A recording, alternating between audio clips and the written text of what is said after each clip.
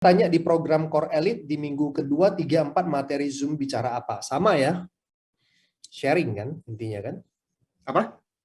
Materi di minggu kedua, 3 dan 4 itu materi Zoom-nya apa di Core Elite? Oh, ini ya? Ini? Ya, materinya yaitu, ya kan?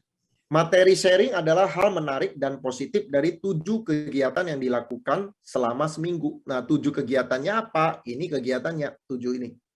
Ya, itu yang di-sharing. Ya, misalnya dia presentasi 4 kali seminggu, mungkin follow up. Hasilnya gimana? Ada nggak hal yang menarik? Ya, ada nanti sharingnya seru. Ada yang, wah dia dimarahin orang lah, ada seru lah. Ada yang paling seru itu adalah prospecting, ya mendapatkan minimal 5 daftar nama baru, prospecting, dari prospecting di presentasi join, itu paling seru. Dan begitu ada satu yang sharing seperti itu, yang lain semangat untuk prospecting. Ya. Atau baca buku. Misalnya Anda baca buku dapat hal yang bagus yang Anda praktekkan. Ya, intinya yang menarik. Dan untuk dapatkan yang menarik, Anda dipaksa untuk lakukan ini. Dan kuncinya adalah di sini ya. Peserta harus mendaftar, kemudian menandatangani perjanjian untuk lakukan kegiatan ini dengan penuh komitmen. Dan kalau nggak paksa orang, mau nggak? Manfaatnya ini, mau nggak? Mau nggak? Komitmen loh, saya nggak mau kamu masuk tapi setengah-setengah hati. Kalau setengah-setengah hati nggak usah. Jadi kita betul-betul menjaga Core Elite program ini tetap elit. Artinya hanya orang-orang yang serius yang masuk di situ. Ya. Nah, ini juga sering terjadi. Ini ada pertanyaan juga. Kalau ada yang udah oke ikut, tapi setelah di tengah jalan mereka nggak mengerjakan kebiasaan, apakah ada sanksi? Biasa kita langsung lapor ke polisi dan dipenjarakan. Apakah ada sanksi? Kita langsung tuntut di pengadilan. Nah, sanksi sih enggak lah ya. Nggak ada sanksi ya. Kita ajak bicara 4 mata dan kita tanya aja dia problemnya apa sehingga dia nggak bisa. Jadi konsultasi. Nah di sana kita bisa cari tahu kan dia masalahnya di mana. Dan bisa aja terjadi sih memang. Ya itu nanti akan ada terjadi orang yang tanda tangan mau komitmen tiba-tiba di tengah jalan pecah fokus gara-gara inilah itulah banyak sekali alasannya. Nggak apa-apa ya berarti mereka nggak lulus. Ya. Ya. Berarti kalau mereka masih mau ikut mereka harus tanda tangan lagi. Ya. Tanda tangan itu untuk meminimalkan itu terjadi, bukan berarti menghilangkan bahwa itu nggak akan terjadi, meminimalkannya aja. Bakal ada dan kita nggak usah marahin juga, gitu loh ya. Kamu kemarin udah tanda tangan, kamu kok gitu sih, nggak bagus, kamu nggak akan bisa sukses, wah langsung dimarah-marah seperti itu nggak juga. Ya, ini MLM, bukan kerja di kantor. Kalau memang dia udah nggak bisa lanjut, ya udah, ya nggak usah dipaksa. Karena tujuan kita tanda tangan seperti itu juga nanti dalam proses itu kita menyaring ya yang orang yang lebih serius lagi gitu. Nanti akan ada pasti orang-orang yang udah tanda tangan mau ternyata nggak komitmen, pasti ada. Ya udah nggak apa-apa, berarti orang ini nggak komitmen. Yang berikutnya Anda bawa lagi orang baru, ya kan? Anda bawa terus. Dan nanti dari orang-orang yang Anda bawa ini Anda akan dapat orang yang tepat itu.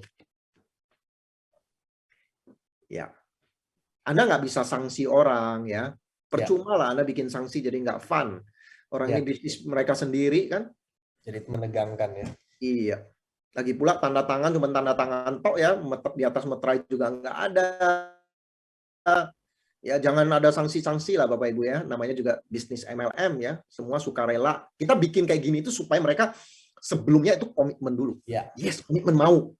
Kemudian kita kasih pertemuan mingguan itu supaya apa? Supaya mereka, ada pertemuan mingguan loh. Wah, ini saya dipantau nih ya. Jadi seolah-olah mereka dipaksa untuk goal setting. Tapi nggak jamin mereka akan lolos. Ada yang nanti menyerah karena masalah yang mereka hadapi. Ada yang pecah fokus nanti. Nggak apa-apa. Ya, Anda akan terus masukin orang. Kalau itu berjalan dengan lancar, 2048 orang. Tapi coba bayangkan kalau Anda lebih dari 1, Anda pajaknya. Bisa lebih dari itu. Tergantung orang yang Anda masukin itu orang yang tepat atau enggak. Tapi intinya ini bagus banget Bapak Ibu. Ya. Ini ada yang tanya, presentasi 10 kali semua nolak, gimana untuk keep up? 10 kurang banyak sih. 10 itu dalam berapa bulan? Dalam 4 bulan. Jangan gitu, karena ada yang terjadi gitu ya. 10 kali presentasi. 10 kali nggak ada yang nolak, itu masih wajar gitu loh. Bisa jadi kalau Anda lanjut presentasi ke 10 lagi, 20 kali, mungkin yang join itu 4. Bisa jadi kan, kita nggak tahu angkanya. Malah Pak Suprato pernah berapa kali ya, 17 kali berturut-turut ditolak gitu loh. 15 kali betul-betul ditolak, terus yang Oh. kedua 23 kali. Nah, 23 kali berturut-turut ditolak. Saya juga pernah ngalamin belasan kali presentasi dan ditolak semuanya.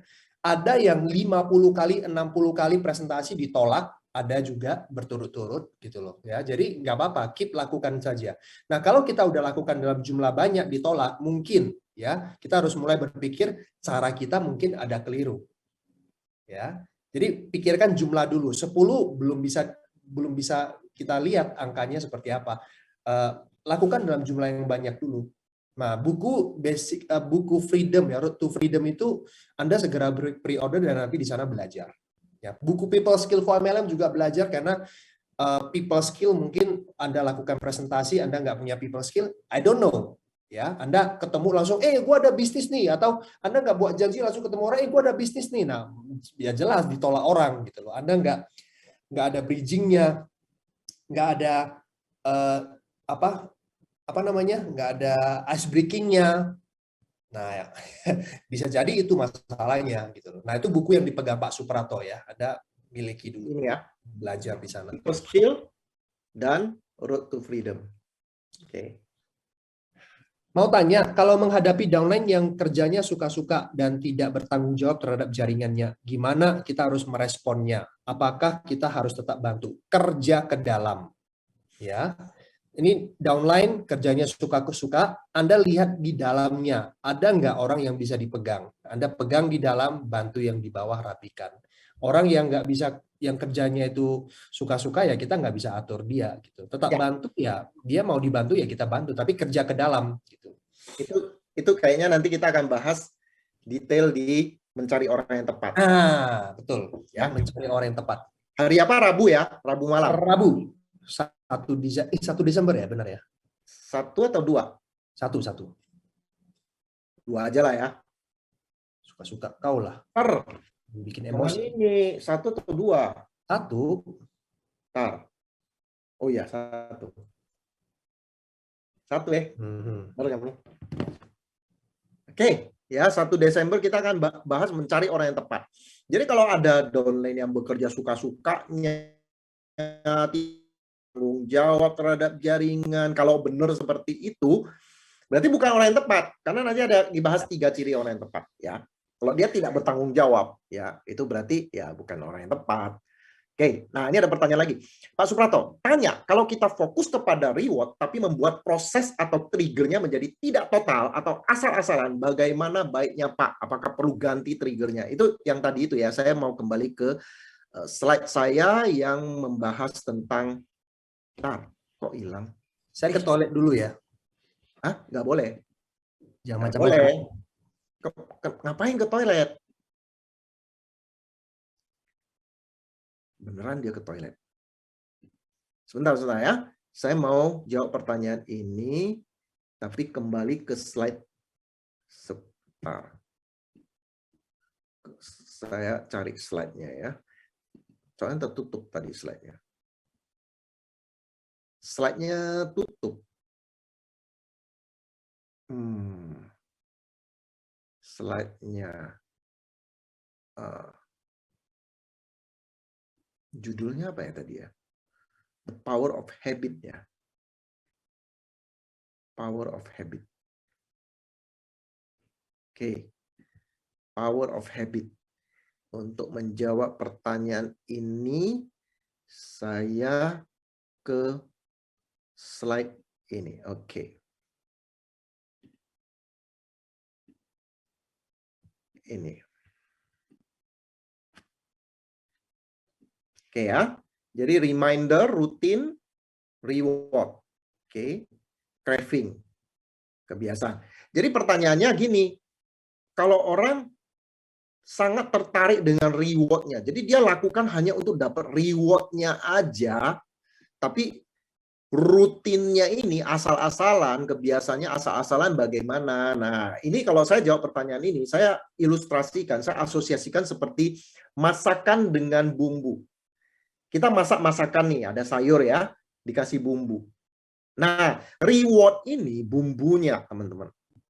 Masakan ini, hidangan utamanya itu, ya itulah kegiatannya, ya aktivitasnya itu, kebiasaan itu. Jadi, yang kita mau itu adalah masakannya atau bumbunya. Bumbunya itu hanya penyedap, Bapak Ibu. Masa kita gara-gara mau nyantap makanan ini, akhirnya wah saya mau bumbunya aja lah. Bukan itu, Bapak Ibu. Kalau kita cuma mau lakukan kegiatan itu hanya untuk bisa makan snack, ya udah nggak usah lakukan kegiatan itu. Kalau kegiatan itu asal-asalan, ya cuma mau snacknya aja, udah makan snack aja udah. Jadi snack ini hanya pemicunya aja. Makanan utamanya adalah kegiatan ini. Ya. Ini hanya bumbunya, oke? Jadi jangan sampai kita hanya mau makan bumbunya aja, mau makan snacknya aja, rutinitasnya ini asal-asalan, ya. Jadi ini antara bumbu dengan masakan utama, ya. Jadi yang paling penting itu adalah rutinitasnya, rutinitas ataupun kegiatannya itu. Nggak ada gunanya kan, Bapak Ibu ya, kegiatan itu kalau asal-asalan. Itu ya jawaban saya ya. Jadi yang harus dibenahi itu mindset-nya ya. Itu hanya untuk bumbu supaya kita mau lakukan aja ya.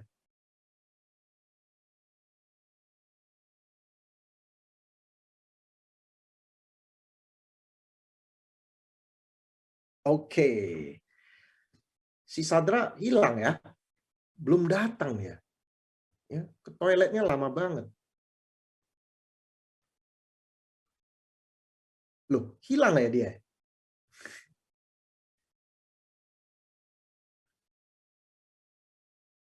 Halo, Sadra. Sorry, jaringan tiba-tiba aku terkick keluar. Makanya aku heran kok kamu bisa. Tadi aku halo halo halo kok kamu nggak jawab. Ternyata gua tiba-tiba hilang. Oke, saya udah jawab pertanyaannya. Apalagi Sadra? Ada pertanyaan lagi nggak di kamu? Ada sebagian yang udah saya jawab sih secara di chat. Oh, Yang basic skill, teman-teman kalau Anda tanya tentang basic skill itu nanti Anda harus punya buku itu ya, buku Road to Freedom ya. Karena kalau pertanyaan Anda saya jawab itu bisa 3 jam lagi nanti. Oke. nggak relevan ya? Ya, enggak. Kita lebih fokus ke topik hari ini aja ya. Kebiasaan. Ya, tentang kebiasaan. Jadi pertanyaan yang tidak ada hubungan kita nggak jawab ya untuk hemat waktu. Jadi Bapak Ibu, teman-teman bisa coba fokus ke beberapa kebiasaan pebisnis MLM yang tadi saya bahas ya. Kebiasaan belajar, kebiasaan action, presentasi, follow up, prospecting, kebiasaan memuji, bersikap positif. Nah, itu praktekkan itu Bapak Ibu. Dan perlu disiplin, memaksa diri Anda untuk melakukan kebiasaan itu ya. Disiplin diri itu kunci suksesnya. Kalau hal-hal basic, Bapak Ibu nanti bisa beli buku ini ya, Road to Freedom. Dan Anda ajarkan ke tim Anda untuk lakukan hal yang sama. Jadi dengan demikian program edukasi sudah ada satu ya, tinggal yang audio video. Audio video isinya hampir semua kategori ada ya. Tadi Sadra udah tunjukkan ya di NG Pro. Nanti kita ada basic skill. Jadi kalau orang yang baru gabung di NG Pro, dia seorang pemula, kita sarankan dia untuk mempelajari basic skill dulu. Ya. Nah, setelah dia udah pelajari basic, kemudian dia udah presentasi 15 kali per bulan, kita anjurkan dia dengerin materi di 15 Planner, yang 15P. Itu dengerin semua. Kalau dia sudah merekrut minimal 1 orang aktif, dia boleh dengerin yang leadership. Jadi sudah ada panduannya. Jadi kita mau berusaha supaya Anda bisa secara sistematis ya belajar di NG Pro. Karena orang baru masuk belajar yang leadership ya. Nanti suatu saat Anda akan belajar. Tapi basic dulu. Dengerin yang basic sampai Anda udah bisa presentasi 15 kali per bulan. Dengerin yang 15 Planner. Kalau Anda sudah rekrut orang dan dapat orang aktif, dengerin leadership dan semua materi. Jadi kalau udah rekrut 1 orang lah, dan orang itu aktif, Anda sudah boleh dengerin semua materi. Ya. Jadi total udah berapa ratus audio video yang ada di dalam NG Pro, dan itu akan terus ditambah setiap bulan. Kalau kita ada materi baru, kita selalu upload. Ya. Jadi dengan hari ini, sekali aja ya Anda bisa dapatkan terus. Oke, kalau sudah tidak ada pertanyaan, jadi kita akan... Ini ada lagi pertanyaan, sebentar. Aha, Di saya ada beberapa ya. oke. Pertanyaan pertama, Pak mau tanya buku People Skill bahas tentang apa? Buku People Skill membahas tentang people skill ya, bagaimana cara menjalin hubungan, bagaimana memotivasi diri sendiri. Ya, kalau Satu buku 15, juga dibahas di sana ya, body language. bahasa tubuh juga. Ya, kalau buku ini Road to Freedom, Step Demi Step, teknis ya, bagaimana merekrut. Nah, kalau people skill ini tentang bagaimana kita punya people skill, bagaimana kita punya ambisi ya ke dalam ya, motivasi kuat, dan juga bagaimana pintar menjalin hubungan dengan orang lain. Ya, ini people skill ya. Yes. Ya, kemudian Pak tanya untuk presentasi 4 kali seminggu itu presentasi secara pribadi atau termasuk dampingin member presentasi? Termasuk dampingin member. Ya, jadi 4 kali itu nggak hanya, jadi kalau kita udah bilang 15 kali presentasi per bulan itu udah presentasi bantu downline juga dihitung. Tapi yang presentasi Anda ya dampingi, tapi yang presentasi itu downline, berarti downline yang hitung. Yes. Gitu. Yes. Jadi yang penting kita yang presentasi ya, walaupun bantu downline tapi kita presentasi kita hitung. Nah, tapi kalau Anda presentasi itu Anda dua-duanya bekerja ngomong, ya oke lah ya, itu masih oke ya, bisa dihitung. Nah, ini ada pertanyaan bagus.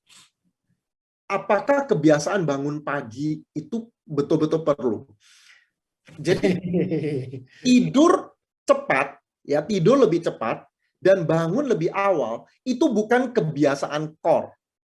Oke, artinya kalau Anda tidur malam, tidur subuh, bangunnya siang, Anda tetap bisa jadi freedom. Anda tetap bisa sukses, tetap bisa jadi top leader. Hanya saja tidak sehat. Ya, itu kebiasaan untuk sehat ya, bukan kebiasaan untuk sukses di MLM. Yes. Ya. Ya, jadi kita nggak masukkan itu ke kebiasaan core. Bangun pagi, tidur jam 10, nggak. Itu bukan kebiasaan untuk menjadikan Anda top leader. Karena ada orang yang tidur subuh, bangun siang juga top leader dia. Cuman nggak sehat aja. Kemudian, jadi kita nggak, pokoknya 7 kebiasaan core itu udah nggak perlu ditambah-tambah ya. Apalagi kalau pas memecah jadi 15 orang berarti otomatis leadernya siapa? Leadernya itu adalah upline tertinggi. Oke, jadi misalnya Anda pecah, waktu Anda pecah adalah Anda keluarkan, terpisah dari grup itu adalah member yang punya downline paling banyak ikut di situ. Misalnya totalnya ada 15 orang ya.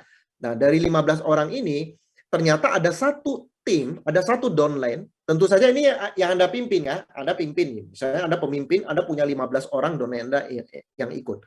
Nah, kalau sudah 15 kan harus dipecah dua. Maka yang dikeluarin ini adalah downline yang punya leader yang paling banyak downline-nya ikut. Misalnya ada satu leader, dia punya 3 downline ikut. Ya, leader dengan 3 downline-nya. Berarti 4 ya. Nah, 4 ini dipisah. Dia yang mimpin. Ya. Jadi intinya 15 itu kurangi 4, jadi tinggal 11 nih. Karena belum ada grup yang ini, grup lain yang punya leader yang punya downline yang banyak untuk dia keluar sendiri. Jadi intinya bukan dibagi 2 persis ya. 15 itu bagi 2 jadi 7 dan 8. Enggak. Tapi downline yang punya tim paling banyak yang ikut, itu yang dipisahkan. Karena nanti setiap grup dipimpin oleh satu upline tertinggi. Ya bukan crossline ya, tapi satu upline. Jadi kalau crossline jangan. Ya kalau crossline bisa aja. Kecuali ada upline tertinggi. Ya. Kalau dia tak ikut meeting Zoom mingguan yang 1 kali seminggu, apakah langsung dicoret? Nggak boleh ikut lagi. Nah, kita tidak perlu jadikan itu seperti aturan kayak sekolah gitu ya. Kamu nggak ikut, udah nggak lulus apa nggak perlu seperti itu. Ya, tentu saja ditanyain ya. Anda udah komitmen. Jadi kita boleh gini. Saya tambahkan sedikit masukan. Ketika downline Anda sudah mendaftar perjanjian mau ikut ya, Anda boleh kasih tahu dia. Kalau misalnya nanti kamu nggak ikut di ini nggak ikut di pertemuan mingguan atau nggak memenuhi target ini, boleh ya saya ya telepon kamu ya, tanya alasanmu kenapa. Karena ini bukan buat main-main. Makanya kalau kamu main-main nggak serius, lebih baik jangan. Tapi kalau kamu udah tanda tangan, izinkan saya. Pakai people skill ya teman-teman ya, jangan sok jadi bos ya. Izinkan saya untuk telepon, ingetin kamu. dan tanyakan alasanmu kenapa kamu nggak bisa dan supaya kamu bisa perbaiki lagi. Oke nggak? Ya, minta izin di awal dulu. Sehingga ketika orang itu tidak bisa ikut karena satu alasan penting, ya kita mesti telepon dia cari tahu. Tapi ya jangan langsung dipecat, nggak. Ya, nggak ada pecat-pecat ya. Mungkin kalau orang itu sudah tanda tangan dan dia tidak ikut, barangkali ada sesuatu yang sangat penting ya. Bisa juga enggak sih cari alasan. Atau mungkin dia lagi punya problem di keluarga atau apa. Ya. Jangan kaku ya Bapak Ibu, karena MLM itu adalah people business. Bisnis yang sangat mengandalkan yang namanya hubungan. Ya, jangan gara-gara Anda diktator seperti itu, hubungan jadi rusak. Itu dia. Kalau beli 2 buku sekaligus, buku People Skill dan Road to Freedom, bisa dapat diskon nggak? Buku People Skill tidak ada diskon, yang ini tetap 125 ya. Anda tanyain belum ada diskon ya. Tapi yang Road to Freedom ini lagi pre-order 110 ya. Dari pengalaman di lapangan, jika seseorang mulai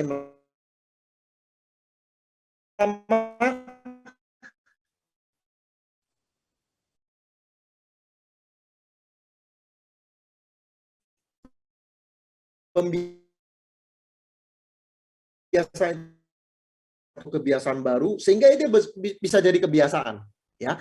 Nah, ada yang bilang 3, ada 10 hari ke yang 90 hari Ya. karena 30 hari belum sampai jadi craving. Jadi makanya kita itu ada penghargaan namanya Silver Eagle, Gold Eagle. Silver Eagle itu yang 15 kali presentasi 3 bulan berturut-turut.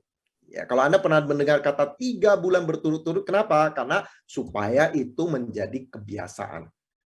Ya, jadi 90 hari. Ingat ya, ada yang bilang 30 hari, ada yang bilang 60 hari.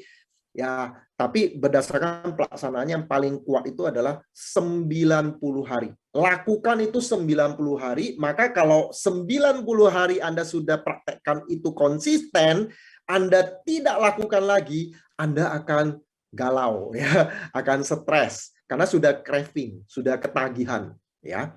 90 hari. Thank you untuk pertanyaan itu ya. Jadi jumlah peserta grup elit itu maksimal 15 orang. Betul. Kenapa maksimal 15 orang? Karena nanti sharingnya lewat waktu. Kita mau jaga supaya tetap 1 jam. Ya. Dengan habisin waktu. Karena kalau Anda habisin waktu 2 jam, apa-apa, orang jadi bebannya berat, tau nggak? Dan jadi jenuh. Tapi kalau misalnya 60 menit, oke lah. Zoom apalagi kan? Makanya kita thank you banget nih untuk Zoom. Dulu kita lakukan ketemu offline. Berat bukan main ya. Ya. Sekarang enak. That's right. Kapan memulai bangun kedalaman? Kita bangun kedalaman dari sejak awal kita jalankan bisnis ini. Ya. Jadi sebenarnya skill ketiga itu kita lakukan. Cuman ya digging deep kita udah lewat ya, nggak bahas ya. Kalau Bapak Ibu teman-teman pengen tahu digging deep itu menggali kedalaman seperti apa, NG Pro nanti ya. Anda bisa berlangganan NG Pro, di situ sudah ada materinya. Betul. Pertengahan Desember doakan udah bisa Anda pakai. Yes. Doakan. Ya. Pak, bagusnya prospek offline atau online? Ini pertanyaan basic banget ya. Kita sudah bahas dan di buku Road to Freedom sudah ada jawabannya jelasnya ya, bahwa tentu saja offline yang paling sempurna, paling oke. Cuman karena kita tidak bisa ketemu offline, terpaksa kita lakukan online, terutama di masa pandemi.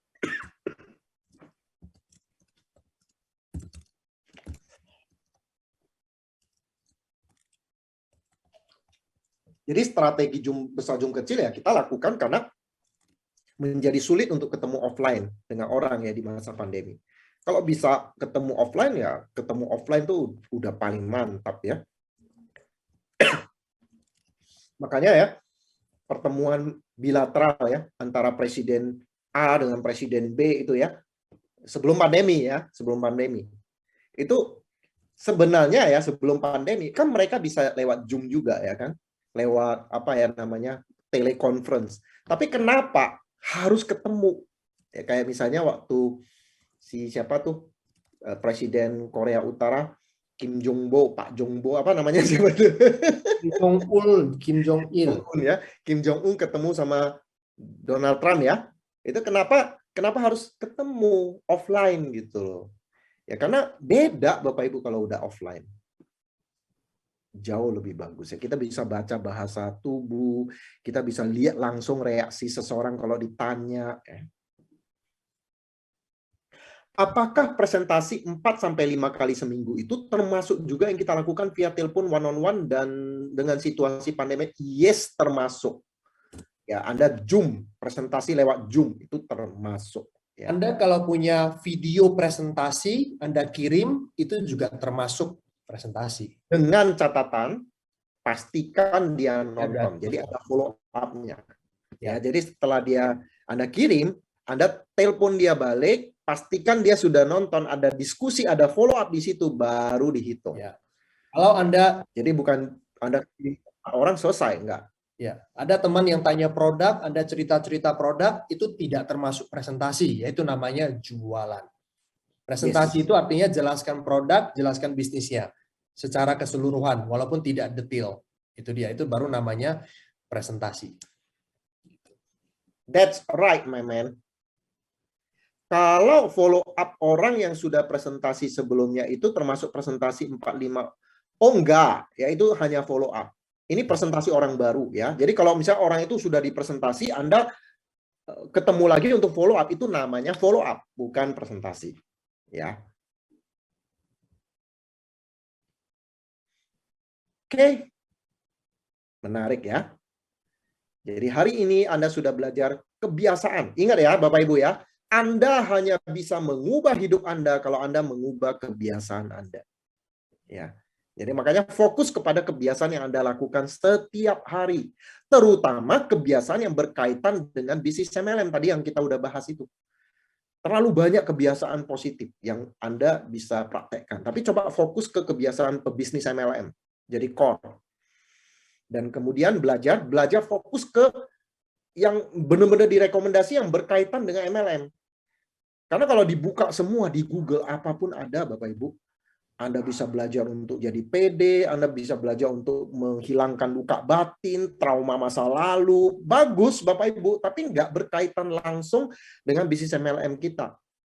Ya, terlalu banyak yang bisa dipelajari, waktu kita yang terbatas. Nah, itu sebabnya kita sarankan Anda belajar dari sumber yang memang sudah direkomendasi. Anda baca buku yang direkomendasi, Anda dengarkan di NG Pro, itu ilmu-ilmu yang memang berkaitan dengan bisnis Anda. Dalam setahun ini ya, misalnya saya sering bilang ke orang-orang yang udah punya program edukasi, tim Anda rekomendasi untuk dengerin audio video ini selama setahun inilah. Dengarkan berulang-ulang aja. Biar dalam setahun ini mereka sangat expert di hal-hal basic ini ya, tentang bagaimana mengembangkan network-nya. Nanti setelah itu, ya setelah mereka udah kuasai hal-hal basic, udah ngerti, ya udah jalan, baru mereka tambah lagi ilmu-ilmu lain untuk memperkaya lagi. Ya.